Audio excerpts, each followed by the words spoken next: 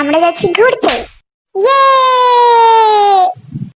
কিন্তু আসলে আমরা যাচ্ছি কোথায় সেটাই তো জানি না। শুধু এটুকুই জানি আজকের দিনটা খুব খতরনাক হতে চলেছে।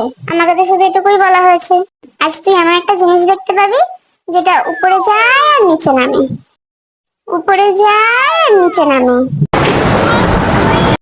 তাহলে তো সিট বেল্ট পরে নিতে হবে, নাহলে নিচ থেকে আসার সময় শুধু আমিই আসবো, আত্মা আমার উপরেই রয়ে যাবে।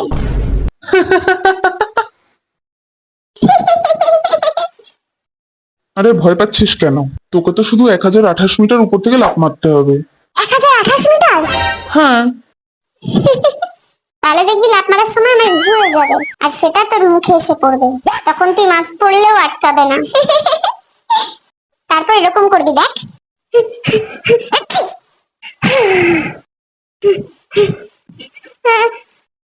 ন্যাকামি করিস না বেশি। আর আজকে আমি জানি না আমার সাথে কি হতে চলেছে। কারোর সাথে হোক বা না হোক, তোর সাথে তো হবেই, আর সেটা দেখবে তুমি। পরেরটা পরে দেখবো, এখন দেখি কোথায় যাচ্ছি। চলো। ঘুরতে যাওয়ার নাম করে তো 3 ঘন্টা ধরে গাড়িতেই ঘুরিয়ে যাচ্ছিস। কে বললি রে? বেশি কথা বলবি না, নাহলে জানলা দিয়ে ছুঁড়ে ফেলে দেবো।